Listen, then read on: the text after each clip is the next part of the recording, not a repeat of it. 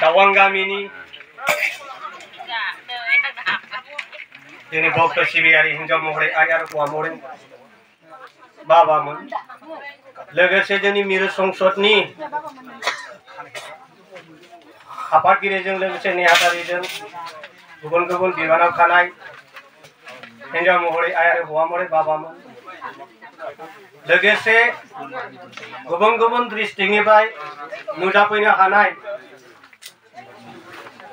प्रसारिका आरो प्रसारक बाबामोन लोगोसे आनसलिकनि फोसावगिरि हिन्जाव महरै आइ आरो हौवा महरै बाबामोन आरो गुबुन गुबुन प्राइमारिनिफ्रायबो नुजाफैनो हानाय दिनैनि नैबे जे जगत मंगलनि थाखाय कर्म मावनायाव बाहागो लाफायनाय साफ्रोमबो आइ आरो बाबामोननिसिम आंनि बुंनाय आरो होननाय शास्त्रनि बागै फंनैसो बुंनायाव माबाफोर गोरोन्थि थालाङोबा निमाहा होगोन होननानै आं गिबियावनो आरज गाबग्रोनाय थाबाय दायो आङो बुंनो नागिरदों बांला रावजों जाहाथे बे बांला रावजों बुंनाय रावफ्रा मालायनि भाषा हिसाबै सोलोंनायसो गोरोन्थिफोर थायोबा एसे गोरोन्थिखौ सुद्रायनानै होगोन होननानै आङो मायन' गैन' गोरों गोरा जोंनि बाबामोननाव खावलायनाय थाबाय बेयो जाहैबाय आं बुंनो नागिरनाया क्षुद्र घन्टाबुलिनि 14 पृष्ठायाव दङ दा 12मोन मथा मथि 12 बा 14 पृष्ठायाव बेयाव ओरैबायदि होनदों पूर्वय বলা হয় আছে যে জীব মাত্রকে প্রতিপালন করা অনাদি উৎপন্ন না হইলে জীবের প্রতিপালন হয় না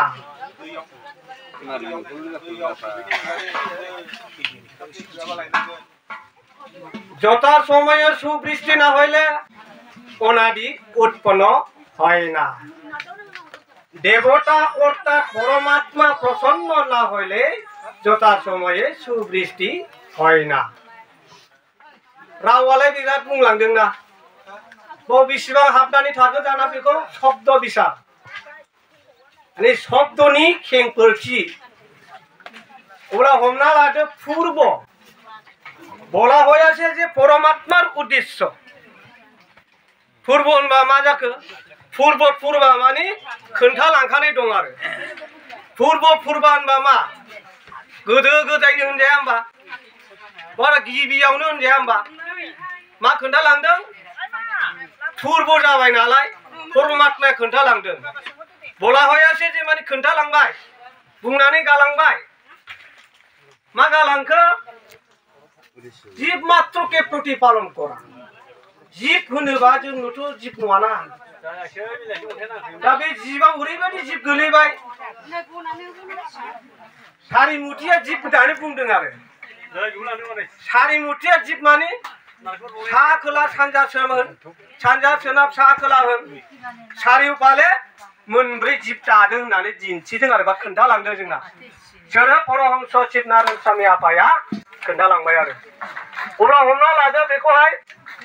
आरो बे जीव मात्र प्रतिपालन करा नालाय गासैखौबो बुंलांबाय माने मोनब्रै जीवा जाहैबाय उरुन जीव अर्थात बिरनानै जाग्रा जीव दाउसिन दाउलाखौ बाहायबाय बेनिफ्राय बाहायबाय मा ब्रह्मन जीव थाबायथिंनानै जाग्राखौ बुंबाय थाबायथिंनानै जाग्रा होनना बुंबा हनै मैदेर लख्रा मुफुर मोसा गोलैहैबायना बिसोरखौबो जोंजों लांफाबाय नै ब्रह्मन जीव होनना बुंबाय आरो बेनिफ्राय होननानै लाबावबाय दाना मोनसे खोन्थाबावबाय गजन जीव गजन माने रज'नानै थानाय जीव जेरै गांसो बिफां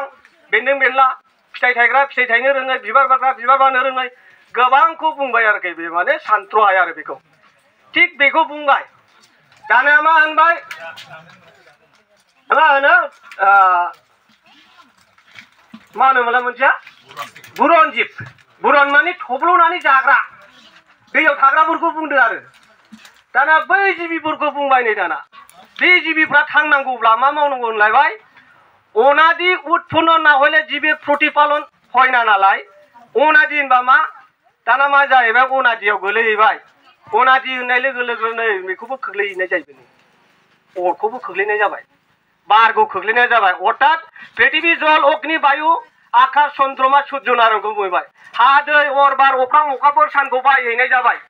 बेखौ खोन्थाहैबाय बिसोर गैयाबा जिबियानो प्रतिपालन जाया खांनाय जाया अर्थात जों थांनानै थानो हाया आरो बेखौ बाहायहैबाय दाना होनबाय बैसोर थांनांगौबा मा जाहैबाय दाना माने थाजोबनांगौ नालाय बे थाजोबनांगौबा जों मा मावनांगौ दंबावो दाना जाहैबाय मा যথা সময়ে সুবৃষ্টি না হলে অনাদি উৎপন্ন হয় না আচরিত চাইলেবাই নেই যথা সময়ে সুবৃষ্টি না হলে অনাদি উৎপন্ন হয় না যথা সময়ে মানে थि समाव नांगौ समाव जायनि फले जों दा माइ गायगासिनो दङ बे माइ गायनाय समाव जोङो अखा हायाबा माइखौ गायनो मोनगोन ना गायनोथ' मोना ना होमबा अखा हानांगोन नै दैया नांगोन आरो मा बा दैया नांगौ नालाय नैबेखौ बुंबाय आरो थिग बेबायदिनो मोनफा मोनफा थत्तखौ बाहाय सिफायलांनाय जाबाय आरो मानोना सुबृष्टि अखा हानांगौबा मा जाहैबाय बे सुबृष्टि हानांगौबा मा जाहैलायबाय जथा समय होनबाय नालाय सुबृष्टि ना हले अनादि उत्पन्न हाया जयगखियाव थांलायबायनो दाना बेसे गोजानाव थांदों बे रावा नै बेवहाय खोन्थाबाय बियो बेसेबा गोजानाव थांबायनो जयगखियाव मोनहैबायनो दाना जयगखियाव माखौ मोनहैखो दाना আপনারা যে সুগন্ধ সুমিষ্ট পদার্থে অগ্নিতে হোম করিতেছেন ও করাইতেছেন ইয়া এক প্রধান যজ্ঞ নেই प्रधानाव गोलैहैबाय नांहैबाय दाना रावालाय बावसो हाबदों बैयाव बोरै एफा गोजानावलाय थांलाबायखोसै बे रावालाय नायसाय बहुद बेनिखायनो शब्द बिसार आरोखि शब्दखौ जोङो बिजिरनो हानाय जानांगौ दा ओंखायनो नैबे बिराद माने मोजां खामानियाव होनबाय नै बेवहाय जेन'बा मा होनोबा जथा समय सुबृष्टि जानांगौ मा जोङो नैबे कर्मखौ मावनांगौ अब्लासो जायो ओमफ्राय खोन्थाहैबाय मा परमात्मा अर्थात बा देवता अर्थात परमात्मा प्रसन्न ना हले जथा समय सुबृष्टि হয় না नायसाय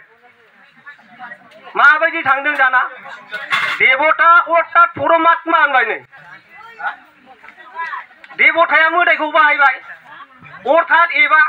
परमात्मा होनबाय परमात्मा सोर दाना बै गोजौआव थानायखौ जों जुति सुरु होनगासिनो दंना बे जुति सुरुबा गोजोनाबासो होनखाबाय नै जुति सुरुबा गोजोननांगौबा जोंखौ होनबाय जग्य होनांगौ बेखौथ' बुंबाय थाखायोना नै गोबाङावनो थाङा मानो बुंबाय थायो अब्ला होनबा बेखौ होब्लासो माने गोग्गो अखा हायो होनबाय नै प्रतिपालन जायो जाहैबाय नै देवता अर्थात परमात्मा प्रसन्न ना हले जथा समय सुबृष्टि হয় না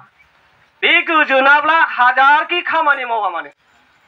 नांगौ बायदि थि समाव अखा हानानै होआनो अब्ला जों बे जग्यखौ मावनांगौ ना मावनाङा नै ओंखायनो जों बेखौ मावथारनांगौ गोनां आरो ओंखायनो बे खामानिखौ मावोब्ला मा जाहैबाय दिनै नोंसोर बहाय लाबाय बाव लानाया होनहैबायना अनादि उत्पन्न ना हले जिबि प्रतिपालन হয় না अनादि होननाय लोगो लोगोनो बे जग्यआ जेरैहाय नोंसिनि जायगायाव स्टार्ट जाबाय स्टार्ट जाबायबा बै गैयैफोरखौ बुजायनो थाखाय नै बेखौहाय गियानि खामानि मावबाय नै अरा गियानिबा बे अराव जाय फैगोन दिनै जाय फैदों जोंनि बुंनायखौथ' खोनाबायना एसेबाबो गोबां आइमोना बुंलांबाय गोबां बाबामोन बुंलांबाय बे बाथ्राखौ जों खोमाजों खोनानो मोनबाय हायाब्लाबो दिनै नङा गाबोन बिफां सायाव जिरायोब्ला जों लोगो दोगो रायलायगोन आरो मा हे उमुक बाबाया ओरैबायदि होनदोंमोनहाय बे जोबथारनायाव जेन'बा आंनि बुंनायखौ होनो हागौ बे बिफां सायाव जिरायबा मा जागोन उमुक बाबा होननाया जि मोजां मोननाय बा गाज्रि होनबाथ' गाज्रि बिनि बुंनाया जायाखैना बै सासेना मोजां जादोंना बेलाय ओंखारलायबाय आरोखि बेवहाय माने मोननै मुवाया रायलायलायनाय जाबाय आरो मा दा बे मोननै मुवाखौ रायलायनानै माने गियानजों लांनो थाखाय नोंसिनाव बेखौ स्टार्ट होबाय बा बे स्टार्टआवहाय जेन'बा आइ आरो बाबामोना फैबाय थानानै जाहाथे जगत मंगल नालाय जेरै माने अनादि उत्पन्न ना हले जिबिर प्रतिपालन হয় না नालाय बै হয়নাखौ नैबाव हय होनोसै नै मावहोबाय नालाय बे मावबाय नालाय जा होनोसै आरो मा दा बे खामानियाथ' जोंनिल' नंलाना बे खामानिया बयनिबो जाहैबाय नै ओंखायनो जिबेर जेनिखि थांनानै थानाय जिबिनि बे कर्मखौ मावनाय जायो आरो देवता अर्थात परमात्मा प्रसन्न ना हले जथा समय सुबृष्टि হয়নাनि नैबाव सुबृष्टि जानायनि खामानि मावनाय जालायबाय आरो माने बै माखासेनाथ' गैला हनै आरो बेबायदि दा जोंनाल' नैबे खामानिया जाबायना जेरावहाय पुर्बै बला हयासिन जाहैखायबो गिबियावनो खोन्थाखानाय दङ बे गिबियाव खोन्थानायखौनो जों गिबिनिखौसो संगासिनो दं गिबि होनबासो सैत्य जुग सैथ' जुगनि कर्म सैथ' जुगानो गोथार सैथ' जुगानो धर्म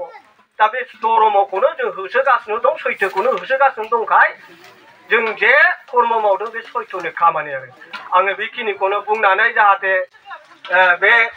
गामिनि हिन्जाव महरै आरो हौवा महरै मोनखौ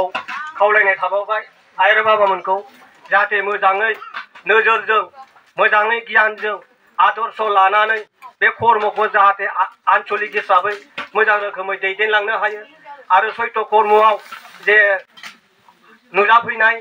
बा मावनो फैनाय बेफोरावहाय गोदै रावफोरजों सोरखौबाबो आगार होनो हायै बा सोरखौबा आगार होनाय मोजां रावजों गियानजों बुजाय आजाय खालामनानै बे कर्मआव जाहाथे बा सैथ' कर्मआव बा जग्य आहुतियाव कर्म मावनायावहाय मोजाङै दैदेनलांनो हायो आं बेखिनिखौनो बुंनानै आंनि सुंद' बिबुंथिखौ एसेयावनो फोजोबनाय जाबाय। ओम पुर्ण परब्रह्म ज्योतिषराय नमः।